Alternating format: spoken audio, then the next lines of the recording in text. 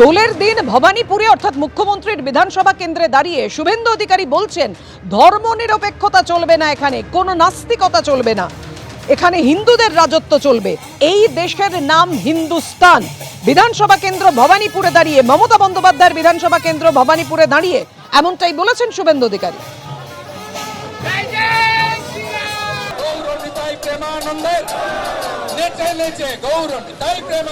নাস্তিকতা আর সেকুলারিজমকে নিপাত দিতে হবে।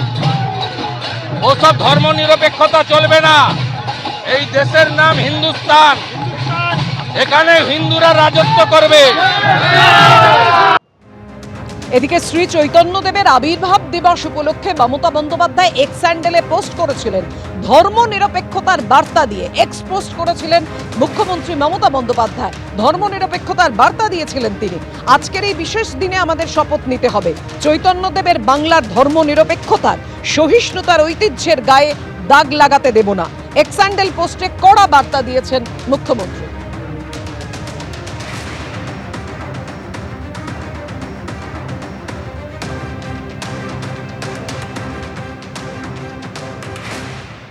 আর শুভেন্দু অধিকারী বলছেন নাস্তিকতা ধর্ম নিরপেক্ষতা চলবে না, এখানেই পাল্টা কটাক্ষ করেছেন কুণাল ঘোষ। কি বলেছেন?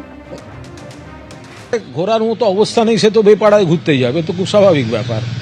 যার নিজের পাড়ায় ক্লাব থাকবে, নিজের পাড়ায় সংগঠন থাকবে, নিজের পাড়ায় থাকবে, সে প্রথমে নিজের পাড়া করবে, তারপর অন্য জায়গায় যাবে।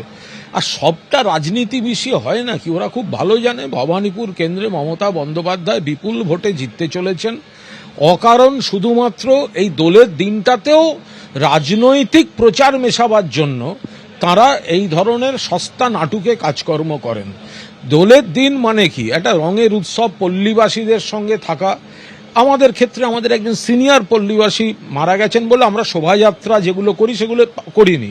পাড়ায় ছেলেরা একটু ক্রিকেট খেলি প্রত্যেক বছর রাস্তায়, তো সেই এখন যদি কেউ দেখা যায় নিজের পাড়া ছেড়ে দিয়ে বেপাড়ায় ঘোরাঘুরি করছেন, তাহলে বুঝে নিন নিজের পাড়াতেও তাদের কোনো আশা দেখতে পাচ্ছে না, আর বেপাড়া থাকে তো বিতাড়িত হবে। ভোটের আগে ধর্ম নিরপেক্ষতা নিয়ে রাজনৈতিক চর্চা একেবারে তুঙ্গে। সুজন চক্রবর্তী সিপিএম নেতা, তিনি কি বললেন? শুভেন্দু কি বলছে আর মমতা ব্যানার্জি কি বলছে বাস্তবের চাইতে তা বহু দূরে। কে শুভেন্দু? নাস্তিকতা চলবে না বলার কে শুভেন্দু? কি কতটুকু বোঝে? নাস্তিকতা মানুষের, বহু মানুষের বিশ্বাস। আমি নাস্তিক, আমি বিশ্বাস করি মানুষের নিজস্ব মনোভাব, নিজস্ব বিশ্বাস, সেটা নিয়ে সে চলতে পারে। সেটা কখনো কাউকে পছন্দ করতে পারে, কাউকে না পছন্দ করতে পারে। এরকম বহু মানুষ আছেন নাস্তিক। নাস্তিকতায় আমার গর্ব। ঠিক তেমন করে মুখ্যমন্ত্রী হঠাৎ বলে দিয়েছেন ধর্মনিরপেক্ষতার গায়ে দাগ লাগতে দেবেন। এসব কথা মানে কি আছে? ধর্মনিরপেক্ষ ভারত সংবিধানে লেখা আছে, দাগ লাগাচ্ছেন কেন আরএসএস এর কথায়? কেন মন্দির মসজিদ করছেন? কেন দুধেল গাই বলেছেন? কেন সেই কারণে আজকে একটার পর একটা মন্দির, আবার মন্দির কেন করতে হচ্ছে? আসলে ধর্মকে সিঁড়ি হিসেবে ব্যবহার করছেন রাজনীতিতে, ক্ষমতা সোপান হিসেবে। খুব দুর্ভাগ্য। আপনারা কি কনফিডেন্ট? 100%। উন্নয়নের শ্বেতপত্র প্রকাশ করুক না, তাহলে তো দুধ কা দুধ পানি কা পানি হয়ে যায়। ভোটের জন্যেই শুধুমাত্র অনুদানকে ব্যবহার করা হয়, তখন সেটা অনৈতিক। আমরা চাকরি চাই, ভাতা চাই না। 1,500 টাকা কি সংসার চলে বলুন? কোনো ভাতা আমরা চাই না, আমরা চাই আমাদের চাকরি, আমাদের নারী সুরক্ষা। বারুইপুর, এই বারুইপুর নামটার সাথে যার নাম জড়িয়ে আছে সেটা নিয়েই কিছুদিন আগে তোলপাড় হয়ে গিয়েছিল আমাদের রাজ্য কেন্দ্র রাজনৈতিক মহল। কিছুদিন আগেই প্রধানমন্ত্রী নরেন্দ্র মোদী বঙ্কিমচন্দ্র চট্টোপাধ্যায়কে সম্বোধন করেছিলেন বঙ্কিমদা, আর সেইটা নিয়ে চলেছিল প্রচুর তর্ক বিতর্ক। যাই হোক, এবার তাহলে মূল আলোচনায় আসি। সাহিত্য সম্রাট বঙ্কিমচন্দ্র চট্টোপাধ্যায়, যার লেখা অনেক উপন্যাসই আছে, দুর্গেশ নন্দিনী, কপালকুণ্ডলা, বিষবৃক্ষ, এই সমস্ত উপন্যাসে উনি লিখেছিলেন এই বারুইপুর রাজবাড়িতে বসে। তখন তিনি ছিলেন এই বারুইপুর আদালতের ডেপুটি ম্যাজিস্ট্রেট।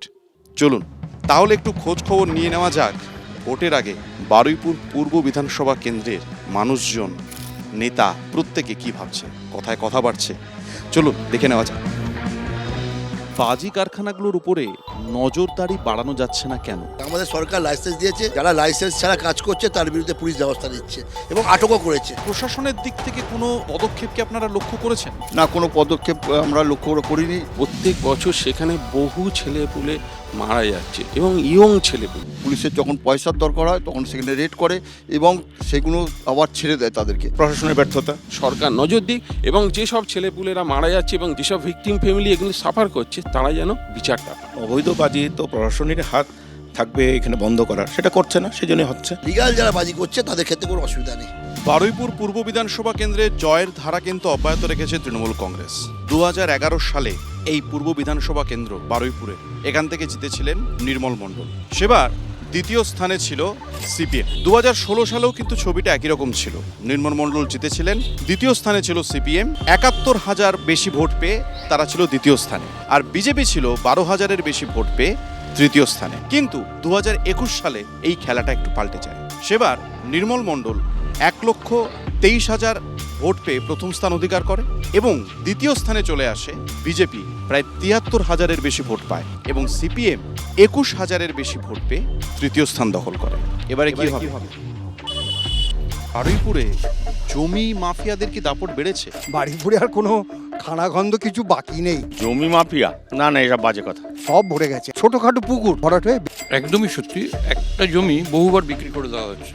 এর সঙ্গে বিএলআরও বা সরকারি প্রশাসনের লোকরা একেবারে বিপুলভাবে জড়িত। পুকুর বুঝিয়ে যে ঘটনা ঘটলো এই আনন্দপুরে আমরা যে দেখতে পেলাম, এসব এরই পরিণতি। আমাদের স্পিকার সাহেব হোসেনকে বলে দিয়েছে কোনো প্রধান বা কেউ জড়িত থাকলে দল তার রিয়ায়ত করবে না। বড় বড় পুকুরগুলো বন্ধ করে দিচ্ছে, যারা যাচ্ছে প্রতিবাদ করতে তাদের উপর অত্যাচার হচ্ছে। কোনো পঞ্চায়েত মাটি কাটাকে সাপোর্ট করবে না, দল বলে দিয়েছে, যে করছে পুলিশ আইনত ব্যবস্থা নিচ্ছে। আবাস যোজনার টাকা কি আপনাদের প্রত্যেকের কাছে ঠিকঠাক করে পৌঁছচ্ছে? হ্যাঁ, নিশ্চয়ই পৌঁছচ্ছে। অনেক জায়গায় বাড়ি করে দিয়েছে, নাম এসছে পৌঁছচ্ছে না, এটা বাস্তব ঘটনা। হ্যাঁ, এগিয়ে ঘরপর হয়ে গেছে। আপনি দেখবেন গিয়ে আমাদের কাটাকালের পাশ থেকে দেখবেন প্রত্যেকটা ঘর এগিয়ে হয়ে গেছে। আমাদের মুখ্যমন্ত্রীর টাকাও ঢুকে গেছে, কাজটার জন্য কাজ শুরু হয়ে গেছে। আপনি এই প্রবীণ নাগরিকদের জন্য যে সুবিধে সেগুলো পান? না, আমি কিচ্ছু পাই না। ওনাদের মতবাদের সাথে আমরা মত মিলাই না বলে তাই পাই না। বার্ধক্য ভাতা পাই। আচ্ছা, এইখানে কি রাস্তাঘাট আগের থেকে ভালো হয়েছে না খারাপ হয়েছে? সরকারি পয়সায় যেটুকু হওয়ার সেটুকু করে, কিন্তু বেশিরভাগটাই এরা ধরুন 4 আনা দেখালো তো 12 আনা ওরা লুটে নিল।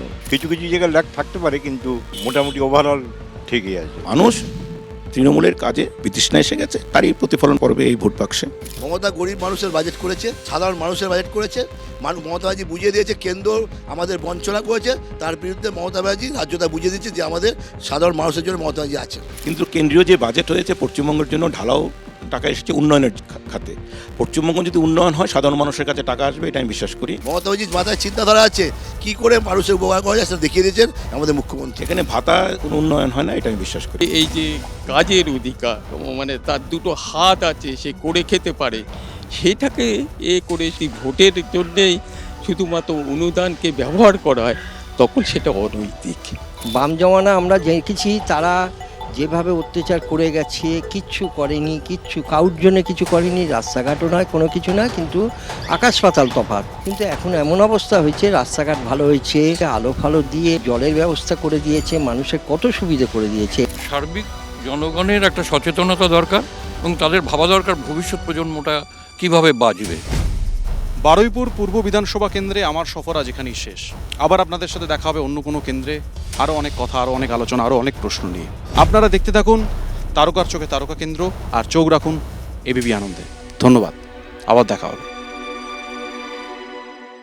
এবিপি আনন্দ, এগিয়ে থাকে, এগিয়ে রাখে।